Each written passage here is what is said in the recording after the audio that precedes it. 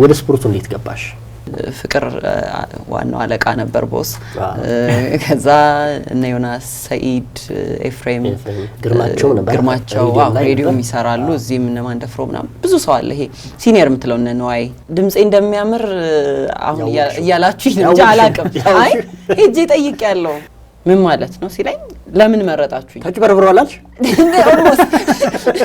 ለምን መረጣችሁኝ አልኩት የምር ከዛ እንዴ ሰው እኮ ለምን ወደኩ ነው የሚለው እንደው በጣም በቃ ቢቀርብኝ ብለሽ ይሄ ጋዜጠኝነቱ በጣም ቻሌንጅ የነበረበት ጊዜ ወቅቱ እንትዩ ጊዜ ነበር ከዛ ለዘራ ያልኩት ካሁን በኋላ አንድ ቦታ ስፖንሰር የሚባል ነገር ባይመጣ ለምን ጥንቅር ብሎ አይቀርም በደንብ በቃ ክሊርሊ የወንዶች ዓለም ተደርጎ የተቀመጠ ሰርክል ነው ሄሎ ኑራ ደህና ነሽ አለሁ ደህና ነኝ ማን ናት አይ ግልጽ ነው በጣም የምር በቃ እርግጠኛ ሆና እኮ እንዴት ማን ናት አንቺ በጣም አጋሬ ናት የብዙ ነገሮች መንገዴ ናት ለምንድን ነው በጣም ብዙ ሰዎች የሚወዱት እንዴ ይወዱኛል ታድዬ ሰው እንዲወደኝ ብዬ ምንም ነገር አላረግም ሐቁን ለመናገር ቶሎ አልበሳጭም ነው እንጂ አጠራቅም ያንዳንዴ በሳጫል ተለቅቷልሽ ሰቱን የመጀመሪያ ቀን ኮሜንትሪ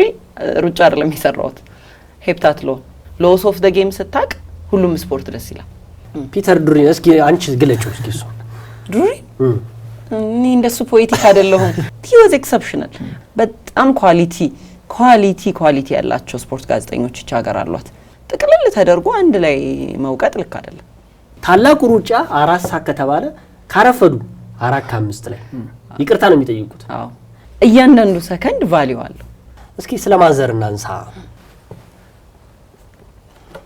ሶሪ መነሳት ስላለበት ነው አድጌ ነው ብዙ ነገሮች የገቡኝ የራሷን አሻራ ሳርፋለች በጣም ብዙ ሰዎች ትርጉም ያለው ህይወት ኖራ ያለፈች እናት ናት ያለችኝ እንትና እናት እኮ ታድላ ምለው አይነት እናቴና በጣም ነው የምወዳት በጣም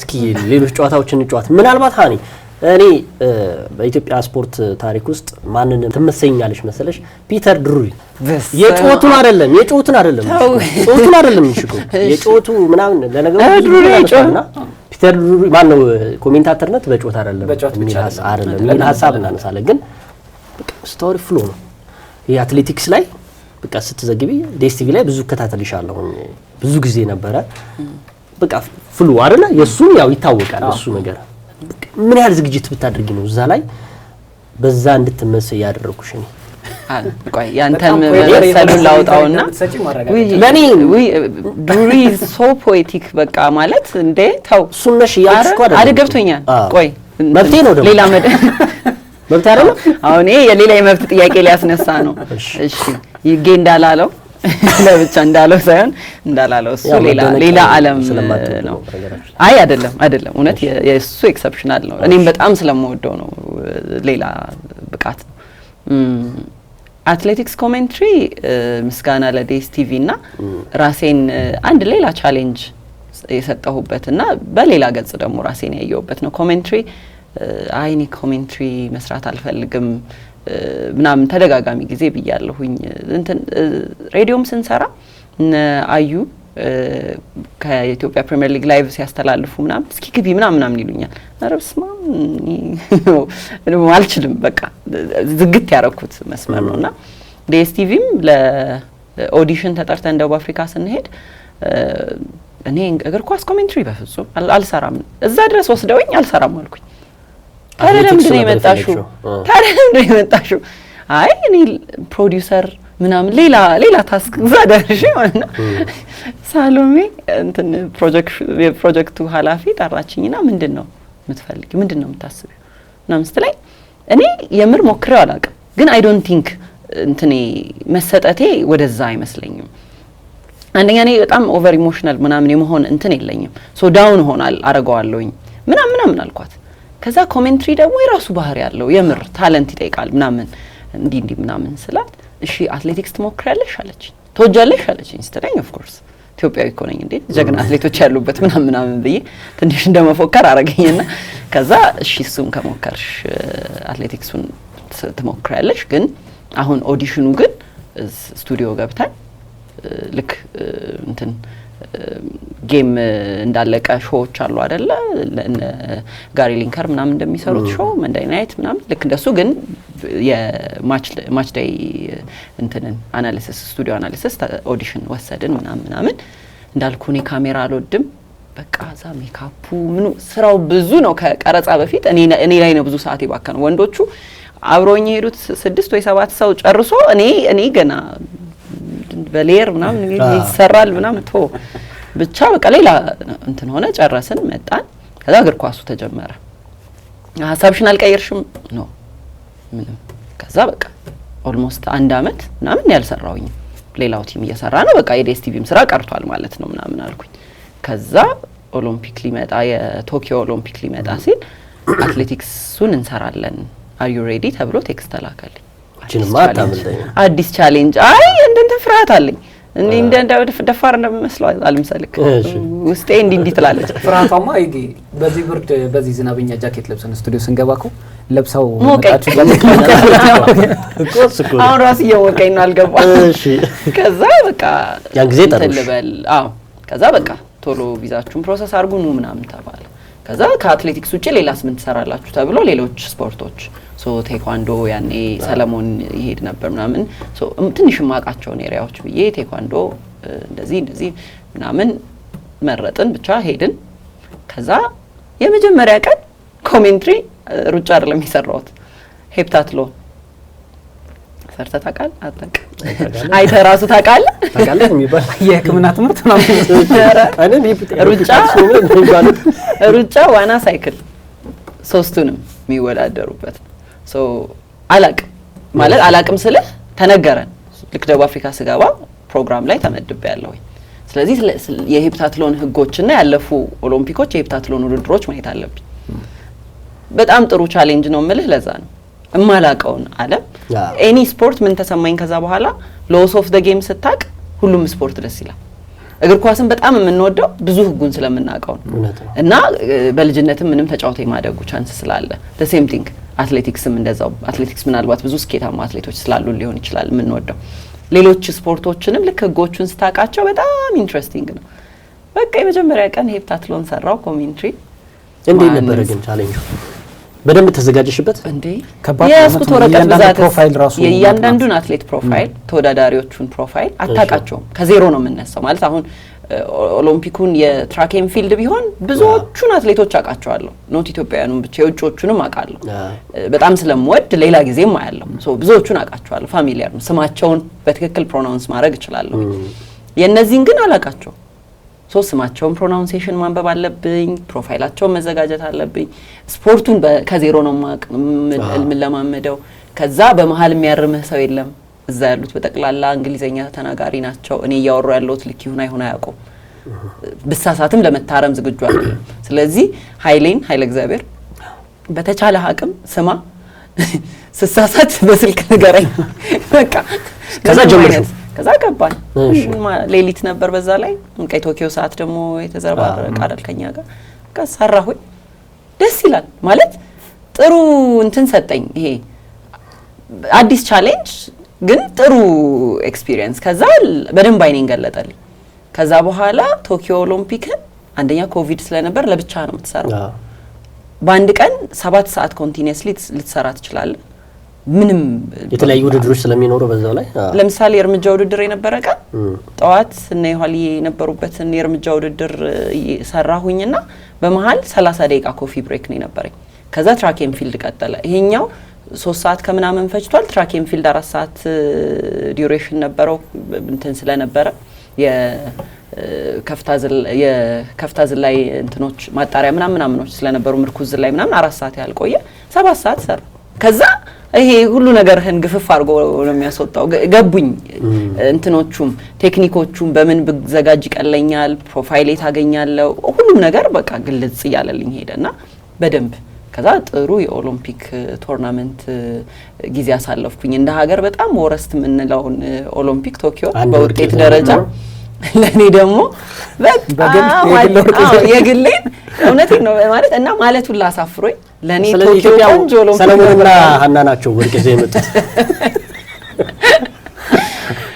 ቀኒና ኃይለ እግዚአብሔር ብቻ ነበርና አትሌቲክስ በደንብ በቃ ለሁለት መሆኑ ትንሽ እግር ኳሱን እነ መኳንንት ዮናስ አዘዘ ምናምን ነበሩ እንትን ኮሜንትሪው እግር ኳስ ቲሙም ይቀያየር ነበርና ተጨማሪ አድቫንቴጅ ነበራቸው አዌይ ነበርና ለአትሌቲክስ ግን ሁለታችን ነን ሶ ግዴታ በቀን አንዴ እንገባለን አንዳችን የግማሽ ቀኑን አንዳችን ግማሽ ቀኑን ይያለ ብቻ ደስ የሚል ኤክስፒሪየንስ አዲስ ቻሌንጅ ከዛ በዛው ቀጣለን በቃ ዓለም ሻምፒዮናዎችን ኢንዶር ዳይመንድ ሊግ ሁሉንም throughout the year ያሉ ቶርናመንቶችን እዚህ ባለው ስቱዲዮ ዲኤስቲቪ ብሮድካስት ግን ከዚህ ምን ተማርሽ አሁን ለምሳሌ ያኒ እኛ ብዙዎቻችን በቃ ስፖርት ጋዜጠኛ ወይም ደግሞ ኮሜንተሪ ሲሰራ እግር ኳስና አትሌቲክስ ብቻ ነው ግን ሰፋ አድርገን ማየት እንዳለብን እኛም አሁን ያየንበት ጉዳይ ነው እንደው ምን ታያለሽ በዚህ ጉዳይ ላይ እድሉ አለመሰጠት አንድ ቴሌቪዥን ጣቢያዎቹን ጨምሮ ሚዲያ ተቋማቱም እዛ ላይ እምነት አለመጣል አሁን ለምሳሌ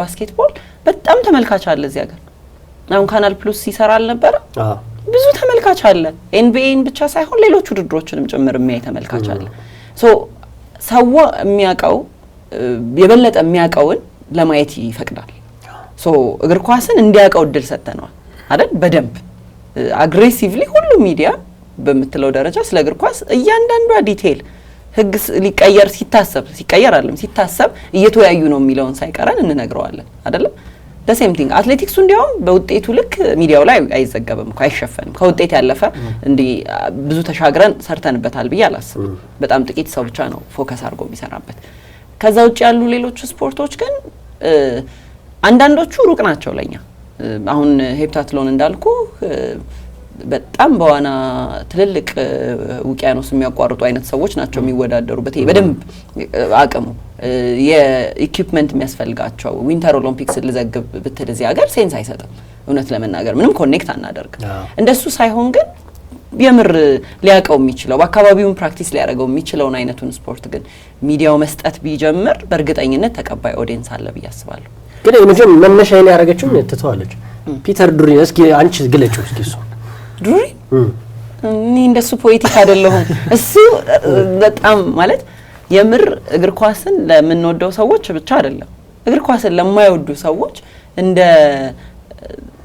ተዘጋጅቶ ስክሪፕት ጽፎ ምናምን እንደ ተቀመጠ ሰው ነው ኤክስፕረስ የሚያደርገው አይደለ የሮማ ቻምፒየንስ ሊግ እንትኑ ስቲል እንደ ሁሌ ሳይሆን እንዳዲስ ኮስታስ ማኖላስ አስቆጥሯል ነበር ይያልኩ ነው መሰማው ማለት ሰው እንዴት አውቶማቲካሊ ነገሮችን በዚህ ልክ የክሪስቲያኖ ሮናልዶ የመጨረሻ እንትን የዩናይትድ ጌም he was exceptional ማለት የሜሲ የመጨረሻ ዋንጫው ኪፒአር ሲቲ ሌላ ማለት we know the drama እኮ አንተም እኔም ቃልም አይተናቸዋል በጣም አንሰማውን በሰዓቱ ምናልባት ወይ ደጋፊ ከሆነ ያበደ ነው ምናምን እኮ አይደል ተመለሰ ስትሰማው ጋር አንደኛ በጣም ሞድለት ኳሊቲ እኛ ጋም ብዙ ጊዜ የሚሰራ ሰተት ብሪዚንግ ስፔስ ይሰጣል ድሩሪ ጎል ሲገባ ለምሳሌ ጎል አለ አይደለ ወይ ከዛ ኳይት ሞመንት አለው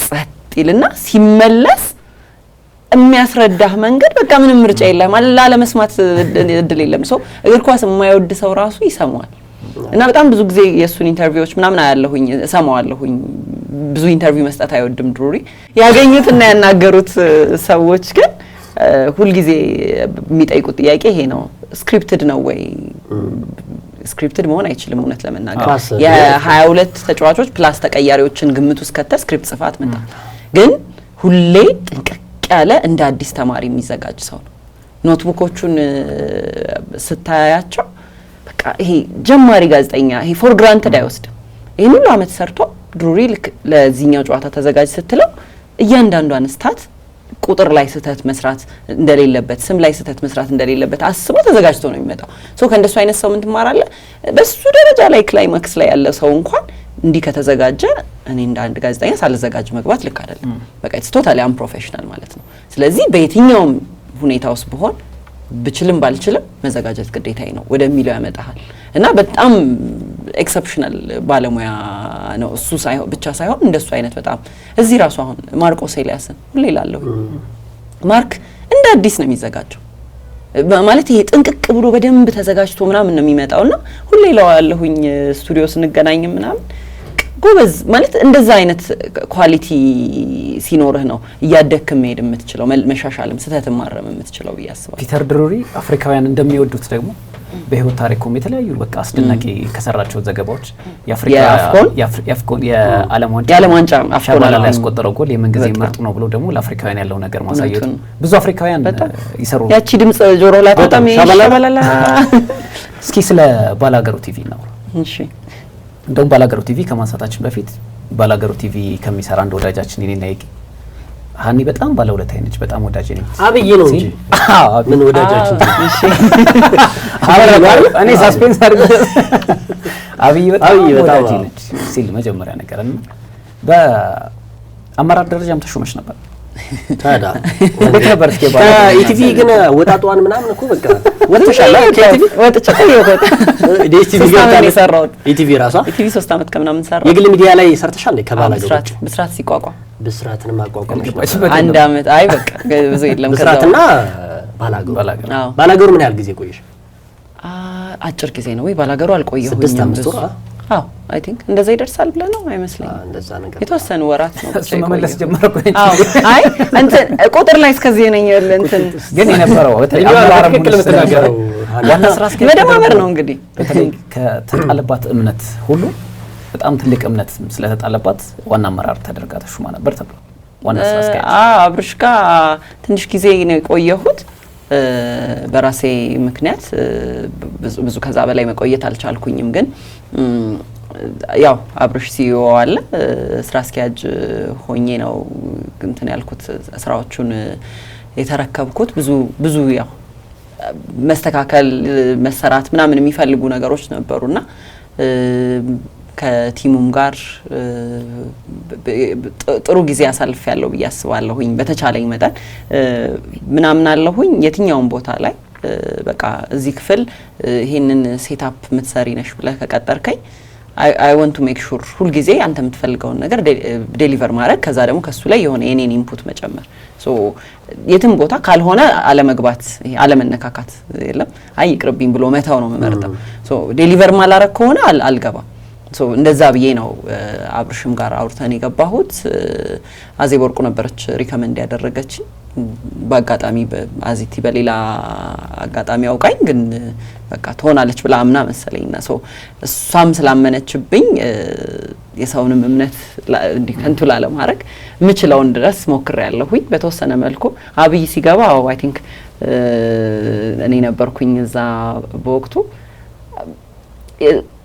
ጥሩ ፖቴንሻል ያለው ይሄ ብዙ ነገር መስራት ከሚችሉ የግል ቴሌቪዥን ጣቢያዎች መካከል አንዱ ነው ብያምናለሁኝ ካየኋቸው ሌሎች ጣቢያዎችም አንፃር በኢኩዊፕመንትም በባለሙያም በብዙ በፋሲሊቲ ደረጃም ካሰብ ነው ሶ የሚያስፈልጉ በየማምናቸው የኔን ኢንፑቶች ደግሞ ለመጨመር በተወሰነ መልኩ ሞክሬያለሁ ግን ከዛ በኋላ እኔ የትራቨል ፕላኖች ምናምን ሌሎች ነገሮች ነበሩኝና የድርጅቱ ፍላጎትና የኔ ፍላጎት ጋር አብሮ ማች አላደረገም ሶ መልቀቅ ነበረብኝ ብዙ አልቆየሁኝም ግን የግል ሚዲያዎች ላይ የመስራት እድሉ አለሽ ሁለት ሚዲያዎች ላይ ኤክስፒሪየንስ በትንሹም ቢሆን ነበርሽ ብዙ ደግሞ የግል ሚዲያ የቴሌቪዥን ጣቢያዎች ደግሞ እየመከኑ አብዛኞቹ እንደምናየው በጣት የሚቆጠሩ ናቸው አየር ላይ ያሉት አሁን እንደው ካለሽ ኤክስፒሪየንስ በአመራርነትም ምክንያቱም በአንድ የቴሌቪዥን ጣቢያ የመምራት እድሉ እንዳለሽ አውቀናል እንደው ለዚህ ሁሉ መንስኤው ምን ይመስልሻል ነው አንቺ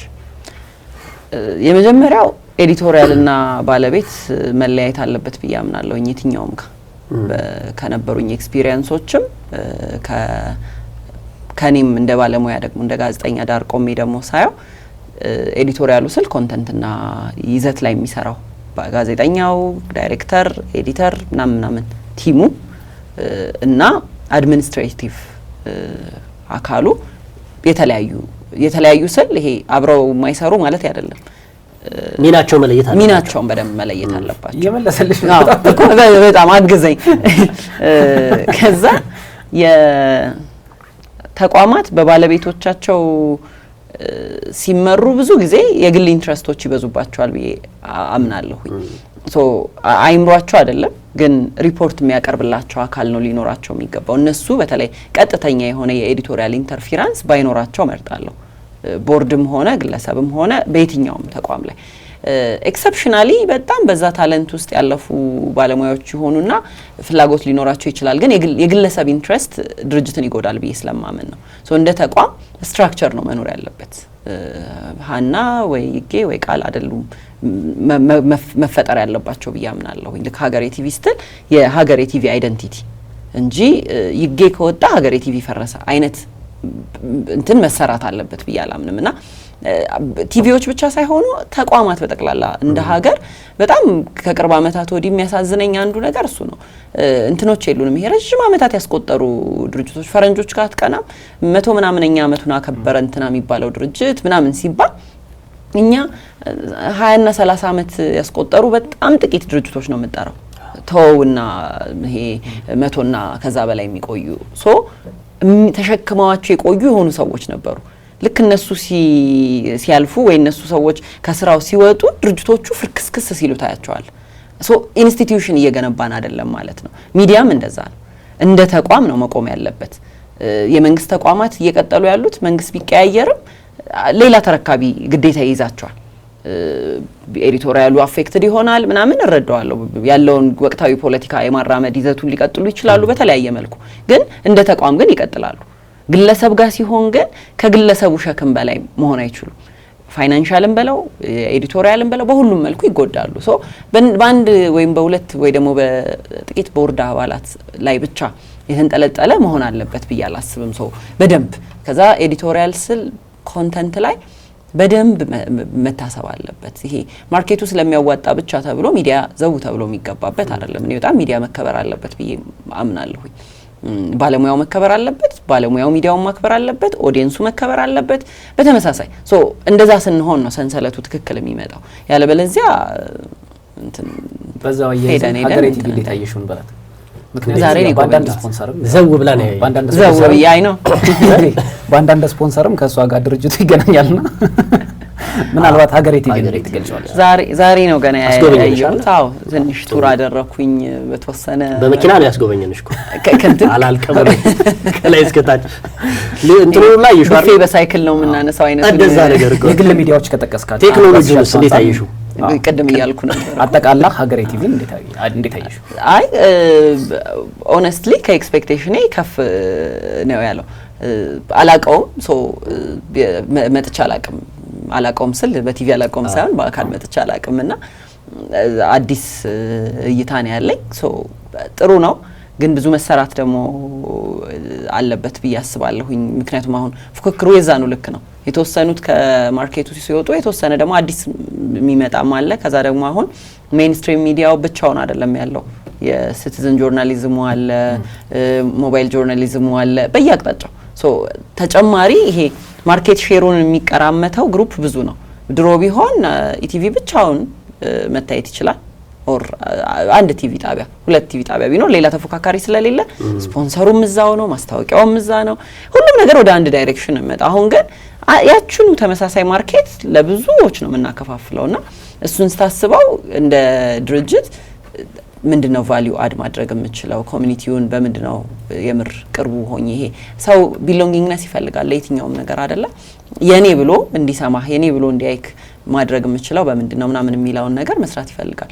እንደሱ አይነት ነገሮች ከዛ ደግሞ ኢንጌጂንግ የሆኑ ኮንተንቶችን መፍጠር ሶዛት ሰው ፈልጎ ጠብቆ እንዲያይ ምናምን አይነት ነገሮችን መጨመር እንጂ ቆንጆ ነው። ጥሩ እየሰራችሁ ነው። በስፖርት ጋዜጠኝነቱ ብዙ አመት አገልግለሻል። እኔ አንድ ቆጠርን እኮ ቅድም 16 አለፈን ወደ 17ኛ መጋቢት መጨረሻ ከ16 ቀናቶች በኋላ ሻማ እናበራለን። ግን በዛ በቆይሽባቸው ጊዜያቶች ውስጥ ብዙ ጋዜጠኞች ጋር የመገናኘት እድሉ ነበረሽ። ምንድነው አሁን ትንሽ ስፖርቱ ላይ ብዙ የሚነሳ ጉዳይ አለ። በተለይ በስፖርት ጋዜጠኞች ላይ የኢጎ የሚባል ነገር አለ የሚሉ ከታች የሚመጡ ጋዜጠኞች ያነሳሉ።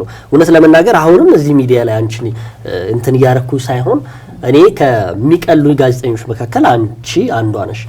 እንደኔ ሁሉ ሼር የሚያደርጉ ብዙ ጋዜጠኞች አሉ። አዲስ ጀማሪ ጋዜጠኞች ሆነው ከሌን ከማናገር ውጪ ወይም ኑራንና ሀናን ብናናገር የሚሉ አሉ። እንደው ይሄን እንዴት ተመልከቻለሽ? ምክንያቱም ብዙ ኤክስፒሪየንስ ስላለሽ ነው። ብዙ ጋዜጠኞችንም ታዳጊ የሚባሉትንም ስላየሽ ነው። አዎ ያው ግለሰቦች ሁሉም ሰው በራሱ ባህሪ ነው የሚጓዘው ያስባለሁኝ። እንደየራሳችን ባህሪ እንደየመጣንበት መንገድና ለነገሮች እንደምንሰጠው ቫልዩ ነው። እኔ ሁሌም ቅድምም ስናወራ እንዳነሳሁት በጣም ጎበዝ ሲኒየር ሰዎች ፊቴ ስለነበሩ ብዙ ነገር ቀሎልኛል ብዬ አስባለሁ። ሶ እድሉ ተሰጥቶኝ ወይ እድሉን አግኝቼ እኔ አንድ ሌላ ሰው ማገዝ ምችል ሲሆን ደስ ነው የሚለኝ። ምንም የተለየ እንትን ኩራት ምናምን አይደለም። የመቅደምና የመከታተል ጉዳይ ካልሆነ በቀር እኔ ቀደም ያገኘሁትን እድል ቀጥሎ አንተ በተሻለ መልኩ ልታገኘው ትችላለህ and ቃል ሊሆን ይችላል ከኔ በፊት ያለው እንትን አይደለም።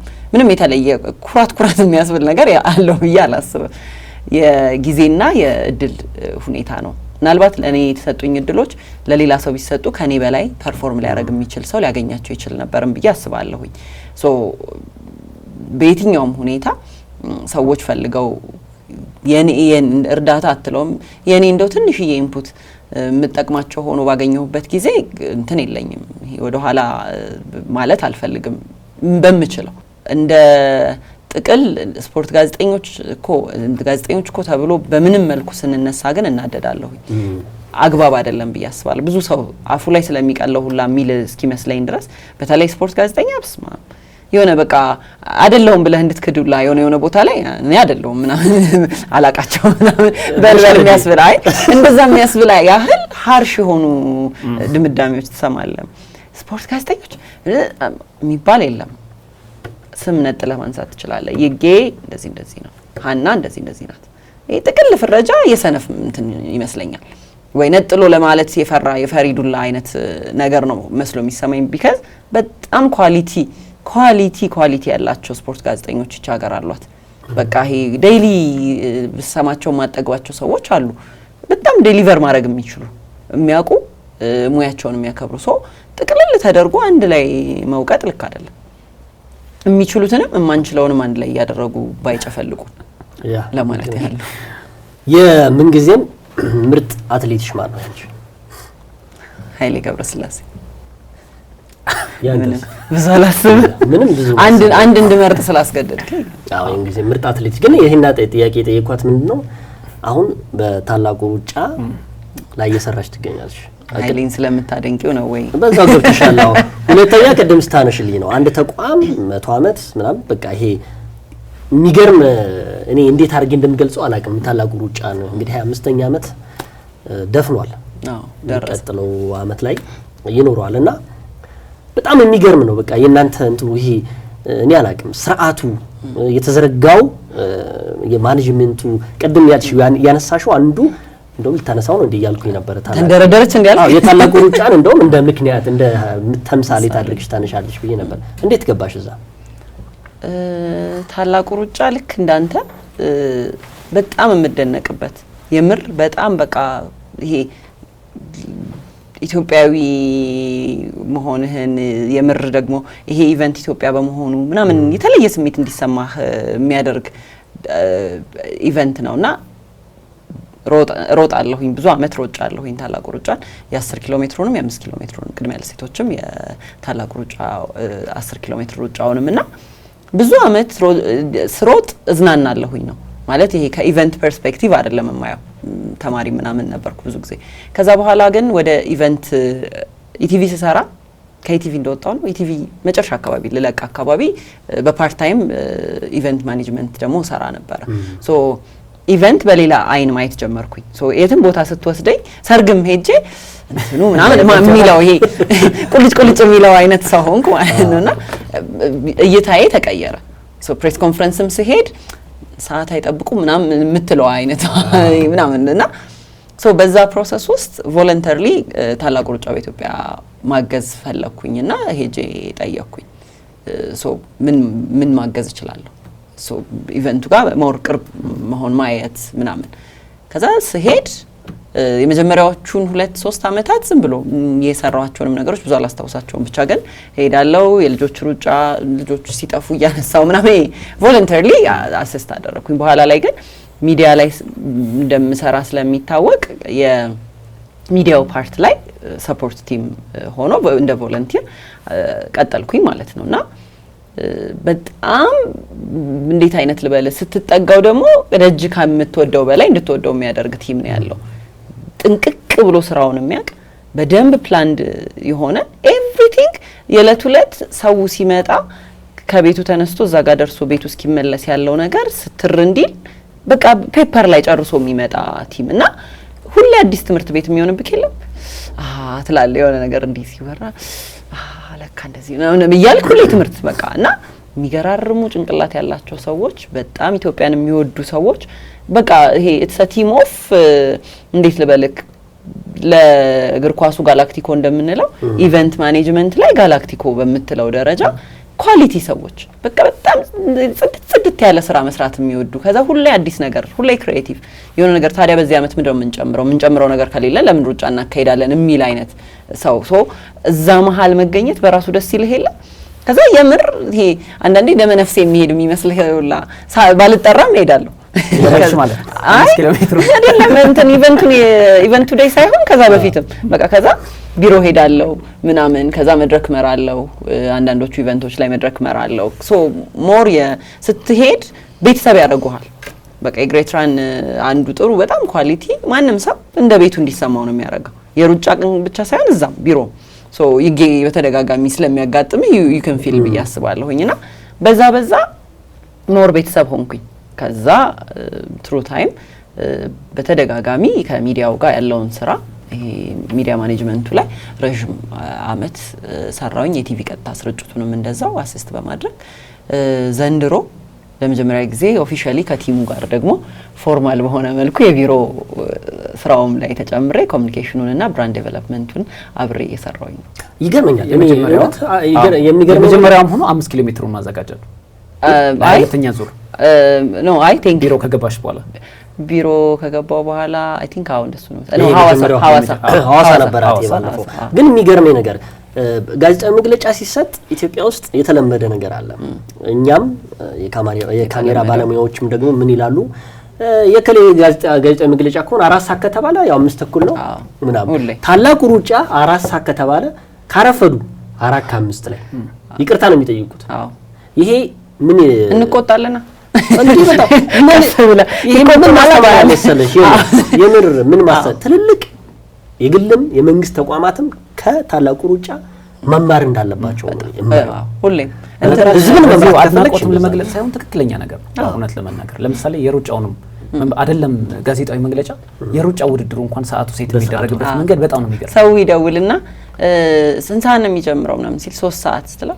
እኮ 3 ሰዓት ግን ማለት ስንት ሰዓት ትጀምሩታላችሁ 3 ሰዓት ከ00 አይ አይደለም እውነቱን ንገር እኮ እንደዛ ነው የተጣይስ ነው ማለት ከ00 የሚጀመርበት ነው ምክንያቱም እኔ 2 ደቂቃ የረፈደበት የሆነ አመት ነበር ሩጫ ለመጀመር እስካሁን እንደ ጥፋት ይነሳል በቀላሉ እንዴ አይደረግማ በቃ ኢንተርናሽናል ቶርናመንት ነው ሰዓት ነው ክሪቲካል ነው በተለይ ደግሞ ሃይሌንም ጨምረህ አትሌቲክስ የሰከንዶች ነው አይደለ ሪከርድ እኮ የምናወራው እንትና የገሌን ሪከርድ በሽርፍራፊ ሰከንድ ሰበረ ብለህ አይደል የምታወራው እያንዳንዱ ሰከንድ ቫልዩ አለው ስለዚህ ጠዋት ሁሉም ቲም ሰዓቱን እኩል መሆኑን ያያል ስልክህ ትክክል መሆኑን ታያለህ ስለዚህ እዛኛው ጥግም ሆነ እዛ እኩል ሰዓት ላይ ኦፕሬት ያረክ ነው ለዛም ነው ከዛ ይሄ ዲቴይሎች ይታያሉ ምልህ ለዛ ነው ጥንቅቅ ያለ ሆኖ ድግሱ ቆንጆ ሆኖ የምታየው መጨረሻ ላይ ለዛ ዳጊ ደግሞ የጀርባ ጥንት ናት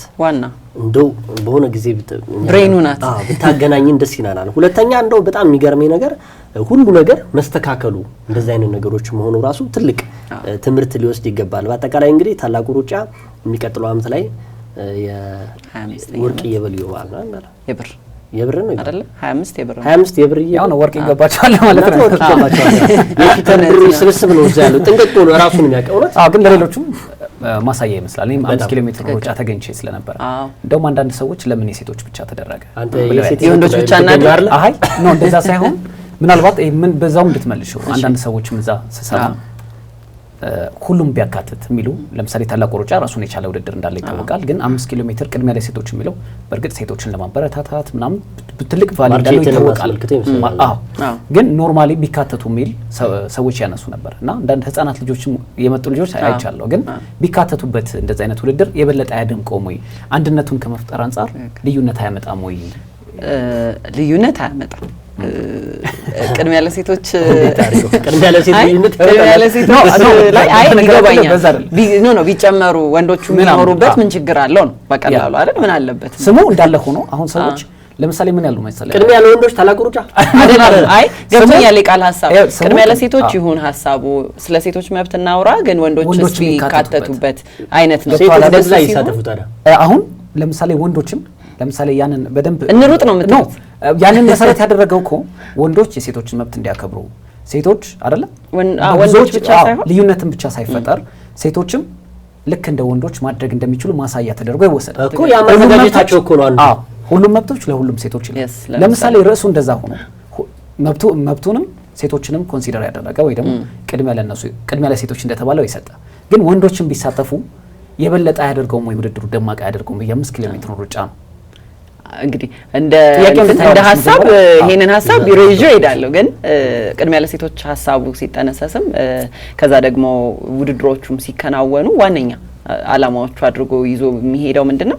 በቀዳሚነት ሲጀመር መሲ አቴንስ ኦሎምፒክ ካሸነፈች በኋላ ብዙ ስኬቶች አሉን በሴት አትሌቶቻችን ብቻ ሳይሆን በብዙ ሴቶች ይሄንን ሴሌብሬት የሚደረግበት ትልቅ የአትሌቲክስ ኢቨንት ለምን አንጀምርም ነው። ያን የተጀመረ የመጀመሪያው ውድድር ላይ በጣም አነስተኛ ሴቶች ተገኙበት። ከዛ በሚደንቅ ሁኔታ 10 ኪሎ ሜትሩ ላይ መሳተፍ የማይችሉም የማይፈልጉም በተለያየ በራሳቸው ምክንያት እዚህኛው ላይ ግን መምጣት የሚፈልጉ ብዙ ሴቶች አሉ።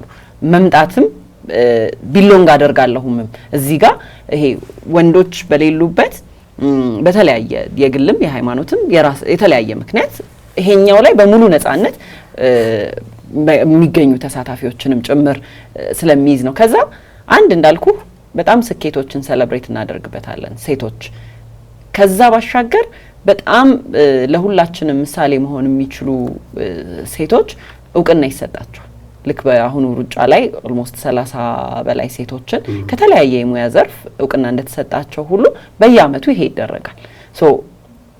ለሌላ አንዲትም ሴት ሊሆን ይችላል፣ ለብዙ ሴቶችም ሊሆን ይችላል ኢንስፓየር ማድረግ የሚችል የየራሳቸው ስቶሪ ያላቸው እነዚህ ሰዎች የመጡበት መንገድ የደረሱበት ስኬት ብቻ ሳይሆን የመጡበት መንገድ ነው ሁልጊዜ አይደለ ለብዙዎቻችን አርአያ የሚሆነው፣ እሱንም ማድረግ የሚያስችል ነው። ከዛ ባሻገር ሴት አትሌቶችን ብቻቸውን ኦፖርቹኒቲ የሚያገኙበት ነው።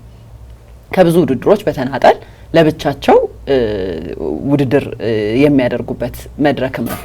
5 ኪሎ ሜትር ነው። ለብዙ አትሌቲክስን ወይም ደግሞ ሩጫን ባህላቸው ልማዳቸው ላላረጉ ሰዎች ርቀቱ ብዙ አይከብድም። 10 ኪሎ ሜትሩ ላይ ኮርሱም ይሄ ይከብዳል ሳይሆን ረጅም ነው። ሞር እየተዝናኑ ከብዙ ሰው ጋር ሌሎች ኢንጌጅመንቶች ነው። ይሄኛው መሮጥም ለሚፈልጉ ሰዎች በጣም አጭርና ቀለል ያለ ነው። እየተራመዱ እየተዝናኑ ለሚሄዱ ተሳታፊዎች በተመሳሳይ እንደዛ አይነት ድባብ አለው። ከዛ ባሻገር ግን ሩጫን ባህል ማድረግን ነው ዋናው የታላቁ ሩጫ በኢትዮጵያ አላማ። በረጅም ጊዜ ኢትዮጵያውያን በጣም ሩጫ ተመልካቾች ነን ነው እንጂ አንሮጥም። ፈረንጆች ደግሞ ሩጫ ውጤት የላቸውም፣ በጣም ይሮጣሉ፣ ተቃራኒ ነን እና እኛ ግን እንደ ባህል እንደ ህዝብ ሩጫን ልማዱ ማድረግ ቢችል ይሄንን ሀሳብ ስታስብ ማን ነው ጧት ተነስቶ የሚሮጠው? ወንዶች። ለምን? ሴቶች ብዙ ኃላፊነቶች ስላለብን፣ ብዙ ቤት የሚያስቀርህ ብዙ ምክንያት ስላለ በተለያየ ኦፖርቹኒቲ የመሮጥን ካልቸር እንዲለምድ ካላደረከው የሴቱን የማህበረሰብ ክፍል በቃ በአመት አንድ ቀን ምናልባትም የታላቁ ሩጫ ዕለት እሱ ላይ ደግሞ መሳተፍ የማይችለው አካል ደግሞ ጭራሽ 100% ላይመጣ ነው ማለት ነው። እቺኛዋ ቀለል ብላ ያውም 4 ሳምንት ትሬኒንግ ራሱ ታላቁ ሩጫ በነፃ ኦፈር ያደርጋል እሁዶቹን ተከታታይ። ስለዚህ ከሩጫው ቀን ጋር 5 ሳምንት ቢያንስ በአመት ውስጥ 5 ሳምንት የመሮጥ እድል አንዲት ሴት ታገኛለች ማለት ነው። ትሬኒንግ አለ፣ ዋርም አፕ አለ ምናምን፣ ከዛ ሶሻላይዝ ያደርጋሉ። በጣም ብዙ ቤታቸው ተደብቀው በጣም ብዙ በተለያየ ሁኔታ እንደዚህ አደባባይ ላይ የመውጣት አጋጣሚው የሌላቸው ሴቶች ጭምር የሚመጡበት ነው። ለዛም ነው የብቻቸውን ነጻነት ቀን አይነት ተደርጎ ሴሌብሬት የሚደረገው። ግን ይሄንን ስንል ኢቨንት የሚያዘጋጀው ቲሙ በጣም ብዙ ወንዶች አሉት። ሴቶች ብቻችንን መብታችንን እናስከብራለን ብለን አናምንም። እንደ ሴት እንደ አንዲት ሴት አላምንም። ቢካዝ እኔ የምጠይቀውን መብት ካንተ ይሆናል የምቀበለው፣ ከሌላ የማህበረሰቡ አካል ይሆናል የምቀበለው። ሶ እንትን አይደለም። በተለያየ ሁኔታ የኢኮኖሚ ነጻነት፣ የመንቀሳቀስ ነጻነት፣ የስነ ልቦና በጣም ብዙ ነው ይሄ ጥያቄዎቹ። እንዲያውም በቀደም ቢሮ እያወራን ነበረ ወንዶቹ ልጆች ሲያነሱት የነበረው ሀሳብ ሁሉም መብቶች ለሁሉም ሴቶች ምናምን ሲባል ወንዶች ሁሉም ነገር ስለተሰጣችሁ ፎር ግራንትድ ተወስዱታላችሁ። ምናልባት እኔ መብት ይሄ ነገር መብቴ ነው ብዬ ባነሳ እና ድሮስ ምን እንዴት ትጠይቂያለሽ ነው የምትሉት። ግን በሴት ወገን ሆኖ ላይክ ሴቶች ጋር ቆመህ ካላወቅከው ልትረዳው ማትችላቸዋለሁ። ሴቶች ብቻ መማር እኮ ለወንድ ልጅ አንድ ቤት ወንድና ሴት ቢወለድ ሴቷን ወደ ጓዳ ወንዱን ወደ ትምህርት ቤት ይላካል አይደል? አስገዳጅ ነገር ቢመጣ ወንዱ ትምህርት ቤት ይሄዳል። መመረጥ ቢኖርበት ወንዱ ነው አይደል ትምህርት ቤት የሚላከው፣ ስለ ከተማው ብቻ ስለምናስብ ካልሆነ በቃ። ስለዚህ እሱን አይነቱን ፕሪቪሌጅ የማታገኘዋ ሴት ሊሰጣት ይገባል ነው አድቮኬሲውም ሀሳቡም ምኑም ሲነሳና ለዛ ነው ወንዶችን ገፋ ማድረግ ሳይሆን ሴቶቹን ወደፊት እናምጣ፣ ኢምፓወር እናድርግ። ከዛ ወደ ኢኩዊቲ ጥያቄ ከኢኳሊቲ ወደ ኢኩዊቲ ጥያቄ ደግሞ እንሸጋገራለን። እንግዲህ ተደራጁና ወንዶች ብዙ ከሆናችሁ እስኪ ጥያቄያችሁን ማቅረብ ትችላላችሁ። ድርጅቱ የሚያየው ይሆናል ትላለህ። አይበቃንም? በጣም ብዙ አወሩ። ጥያቄ አለ? እንዴት አየሽው አጠቃላይ ፕሮግራሙ? በጣም ኮስተር ያለ ርዕስ ድረስ ነው የወሰድከኝ። የመጨረሻዎቹ ኮስተር ያለ፣ የመጀመሪያዎቹ ግን በጣም አሪፍ ነበሩ። ሃኒ እዚህ ካስታችን ላይ ማን ቢመጣ ደስ ይልሻል? ጠይቁልን። ባህሩ ጥላሁን ነው ቀጣይ የተባለው። ባሂ በብዙዎች እንግዲህ ጥያቄ መሰረት ካንቺ ጋዜጠኝነት እስከ ሴክሬታሪ ጀነራልነት ከፍተኛው አመራር ትላለህ። እንደው ሌላ ማን ቢመጣ? ኧረ በጣም ብዙ እንዴ ሁሉንም ጓደኞቻችን ይምጡ እንጂ እስኪ አንዱን በልዩነት እዚህ ቢመጣ እንደው እኮ ፕሮግራሙ እንዴት ነበር ስንላት ኑራ መጣ መልሳ ከዛ በኋላ የሚመጣውን እንግዳ ብትጠቁምልን። እሺ ከዛ እንዲያስብ እንደሷ ገብታ ሬዲዮ ላይ እሺ እንዴት አየሽው? ከዛ በኋላ እዚህ ቦታ ላይ መጣሽ በልዩነት መጣክሽው ፖድካስት አሪፍ ቆይታ ነበረ። ያው ቀለል ብሎን ስላወራን ኮመን ቋንቋ የምናወራበት ኤሪያም ስለሆነ ደስ የሚል ቆይታ ነበረ። አሪፍ ነበር። የኑሪቲን አይቼ ነበረ። ያሉላን ቅርብ ቀን እያየሁኝ ነበረ። ሌላ ማን ነበር ደግሞ? ሌላ ማይቻለው የነ ምስጋናው ነበረ። የነ ይሳቅ የምስጌ የይሴን አልጨረስኩም እንዳታጣለኝ። አልጨረስኩትም። እሺ ይሴ ብቻ ብዙ ያው ስለዚህ ማን ይምጣ ቀሪንና ማንታ እኛም እንትን ስለሆነ አይደል ሁሉም ስራችን ነው እኮ ማምጣትና እዚህ መጋበዝ ማጫወት። ኢሳያስ ጅራም ተብለን ነበረ። ዶክተር አሸብርም እና ኢንስትራክተር አብርሃም መብራቱ ደግሞ አሸናፊ ግርማ ግን ከፍ ያረግነው ስኔት ትልልቅ ያው አመራሮች ስለሆነ ፍቅር ይምጣ ፍቅር ይልቃ አንቺ ፊት ነው እንግዲህ ማለት ኢንተርቪው ሺ ከማይሉት መሀል ስለሚሆን ያው ግን በጣም ብዙ መስጠት የሚችል ሰው ነው ብዬ ስለማምን በጣም ጎበዝ ጋዜጠኛ፣ ጎበዝ አለቃ ይባልም ለካ ጎበዝ አመራር አለቃይ ነበር። ለዛ ነው ጎበዝ አመራር፣ በጣም ጥሩ ጓደኛ፣ በጣም ጥሩ ቀልደኛ ፍቅር አይደል? ስለዚህ ይሄንን ፕሮግራም ለምን ራሱ አትጨርሰው? አይ እንትን ይችን ያጠቁም ያለው ፍቅር እኔ በቴሌግራሙ ልላክለት እችን ወሬ አይደል ቆርጠለትና ፍቅር እባክህን እንግዲህ ደጅ ተናን ነው እባክህን እንደው ለኛም ለሃናም ብለህ አይደል የጋሽ እንትናን ቋንጣ ፍርፍር ትበይ ነበር። ጋሽ ክፍሌ ጋሽ ክፍሌ በጣም ጾም ውስጥ አይባልም። ተመልሶ ወደ ጥያቄው ገባ። አይ ነው ያን ጊዜ ነው ሃኒን ማቃትና ይጌ ስሙ ነበረ ባይ ዘ ዌይ መጀመሪያው እንትን ሰርፕራይዝ ያረጋኝ። አይ ከግድቡ በፊት ነው በኋላ ነው ያወጡልህ ምናምን በእናትህ አታሹፍ ምናምን ብያለሁ። የምር ነው ምናምን ከዛ ጓደኞቹን ሁላ ጠየኩ፣ ነው አይን ጠየኩ፣ ሰላምን ራሱ በኋላ ላይ ስንግባባ እንደው ይገደባባይ ምናምን ብዬ በጣም ታሪካዊ ስም ያለ ሰው ነህ አንተ። አንድ ሰው መንገድ ላይ ያገኘንና እኔና ይጌ አያቸዋለሁ ምናምን ፕሮግራማችሁን አለና ግን ይገደብ ልጅ ስትወልድ ማን ነው የምትለው? እና ማንም ይለው ይመስልሻል? ይወጣልኝ ዳግም ይገደብ ዳግም ይገደብ አባይ ስንት ቦታ ልታስገድቡ ይሄ ግድብ እኮ በነገራችን ላይ ሰው ይመስሏል። እኔ ግን እንዲያውም አንተን አትቀይርም ወይ ተገደበ ብላ አትቀይርም ወይ ይልሃል ነበር የምጠብቀው። የኛው እንኳ ልዩ ሰው ነው ያወጣልኝ ስምን እንድታወጣ አለበለዚያ ሰው አላረገም ተብዬ በቃ ዳግምን ይዘናል። ዳግም ይዣለሁ። ስለዚህ በቃ በጣም አሪፍ ቆይታ ነበረ። በጣም እናመሰግናለን። ካሉሽ ሰዓት ለኛ ቆንጠር አድርገሽ ነው የሰጠሽን። እውነት በጣም እናመሰግናለን ሃኒ። ጨርሰናል። በጣም እናመሰግናለን ሃኒ። በቀጣይም በሌሎች ዝግጅቶች የምንገናኝ ይመስለኛል። እናመሰግናለን። በጣም አመሰግናለሁ እኔ